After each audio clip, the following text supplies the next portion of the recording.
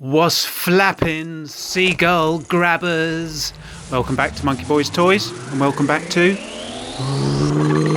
the sofa. Thanks very much for joining me again. Now I've just got a few items to show you this week, and we're starting off with Batman. This is the DC Multiverse Batman Hush figure, and this is made by McFarlane Toys. If we have a look, it says Batman Hush on the side, so shh. So it's a really nice figure, nice and weighty, this line.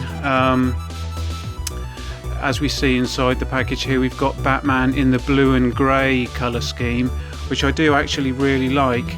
I know some of the sort of more modern colour schemes, i.e. black, look pretty good.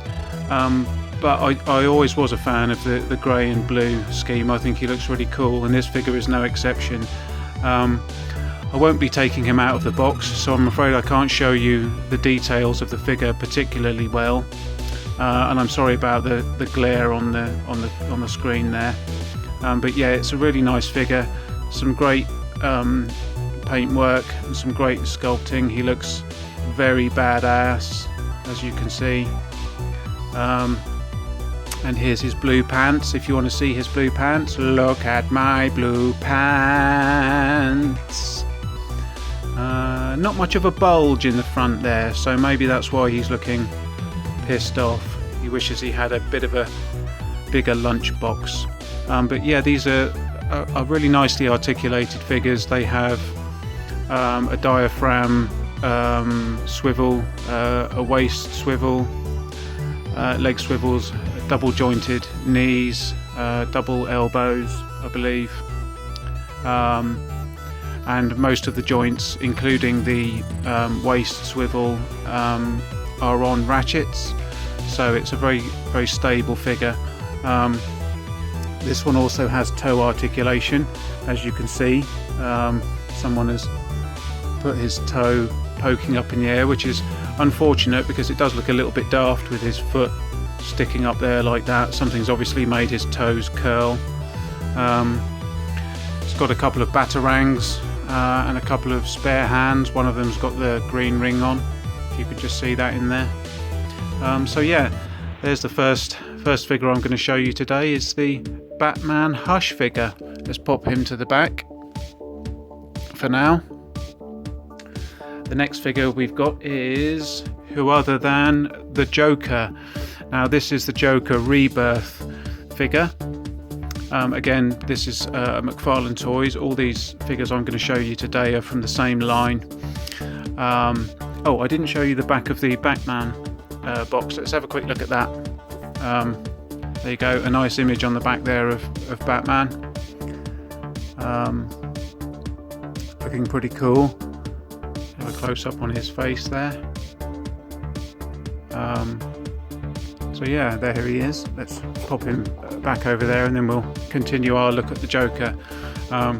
Here's the Joker. Now, if you're an inbox collector like I am, it can be a bit of a gamble buying a figure like this, because sometimes the positions of the arms do vary a little bit inside the package. Sometimes they look a bit more realistic than others, depending on how they're put in. I have seen examples of this Joker figure in the box where he looked very peculiar, where his elbow was sort of further in this way, and he did look quite odd. This isn't too bad. I have seen a better example of him in the box, but I guess that's the price you pay when you don't open anything. You have to sort of sometimes gamble with how it's going to show up, because you can't always see the actual item you're buying. I think when I bought this, there was just standard sort of stock images of the figure, so I wasn't entirely sure how the arm would be placed. But I'm reasonably happy with this one. It's a great figure. As we can see, the painting in the mouth is done very well.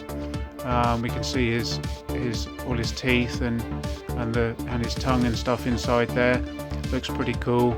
The paintwork looks fairly clean. McFarlane figures are generally pretty good with their paintwork.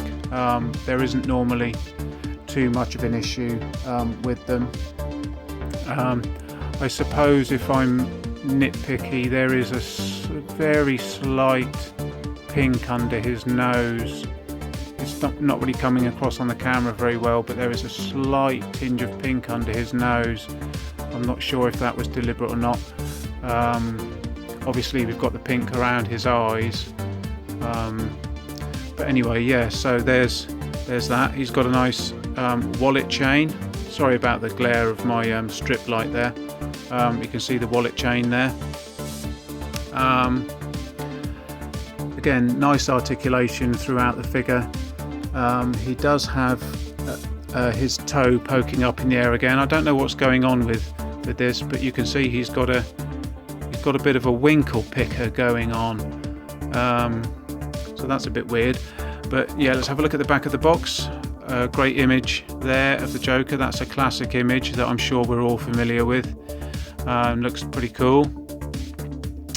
So yeah, there's the Batman figure, the Rebirth figure. So we'll pop him off to the side again. And now the next figure we're going to look at is one of my favourite characters from the DC universe. And it is Bizarro. Here he is. This is a very weighty figure. He looks very mean.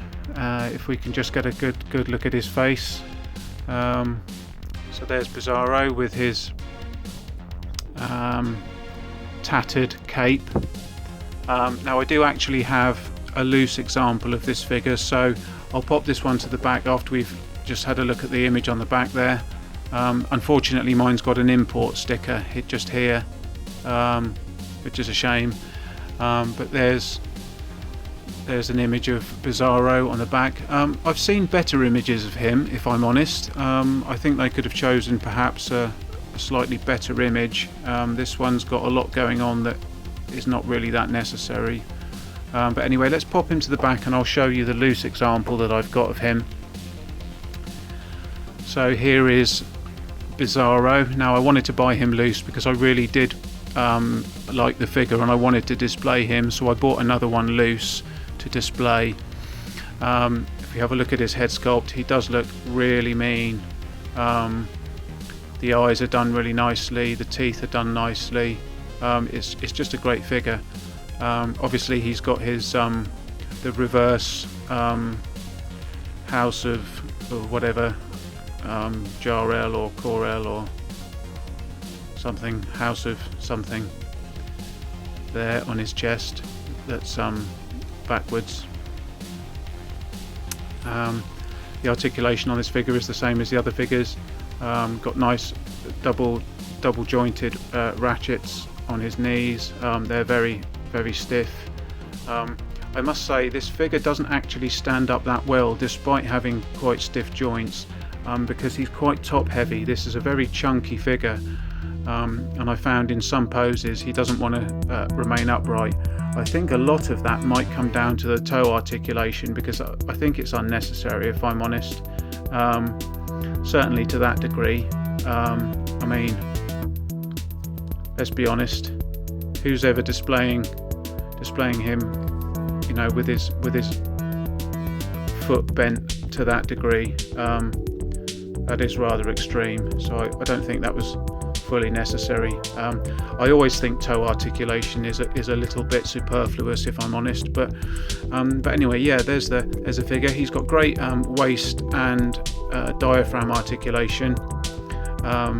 The ab crunch isn't great, I suppose, but there's quite a lot of back movement, as you can see, and there is a waist swivel as well as the diaphragm swivel, but it's all very tight and all very nice. Here we can see his cape at the back. The cape's made out of a sort of rubbery material, but it's quite thick. But there you go. It's got some nice damage and holes sculpted into it there, which is obviously classic Bizarro. He loves to look like a tramp. So yeah, there's Bizarro. Let's pop him over there. and then we'll have a look at the final figure today, which is my favourite of the line, and it's the gold label Superman Hush figure. This is a really nice figure. The face sculpt I think is amazing. He's got his red eyes there, and he looks really quite pissed off indeed. So I do like this figure. I think he's in quite a nice pose in the box. The accessories that come with him are the standard sort of hands, but he's also got down here the kryptonite infused poison ivy, which you can put around his neck and body, and it looks as if he's sort of coming under the effects of the poison ivy, and he looks sort of quite unwell and irritated about that. But yeah, I really do like the sculpt on this figure. I think it's amazing. Nice bright blue. If we compare him to the sort of more grey sort of darker blue of Bizarro here, you can see that there is quite a difference. Again, quite a heavy figure. This is one that I would consider picking up loose as well, because I think he would display very well loose. Let's just turn it around and have a look at the image on the back. Again, not the greatest of images to use on the back. I've seen better images of the Superman Hush artwork. We can see a little bit of the poison ivy around his neck here, but not a great deal. So yeah, there's that figure. Pretty cool. But to be honest, that's about it for this week really. Just wanted to show you those figures, so we'll line those all up at the back. There they are. That's what we've got in the Monkey Boy nest this week. So thanks very much for watching, everybody. If you did like the video, please give it a thumbs up and share it with any other seagull grabbers you may know. Do subscribe to the channel if you haven't done so already. I'd really appreciate it, and I'd love to have you along. And do leave me any comments if you've got anything to say about any of these figures. Have you got any of these? What do you think of them? Which was your favourite amongst the four today? I think if I had to choose, I would probably say the Superman Hush figure is my favourite of the four. Although, as I say, I did pick up this Bizarro for loose display because I really wanted to have him in hand, and I must say he's very weighty. You could quite easily bash someone to bits with this. Yeah, he's a meaty bastard. So yeah, there we go. Thanks very much. I'm going to make like a shepherd and get the flock out of here. See you later. Bye.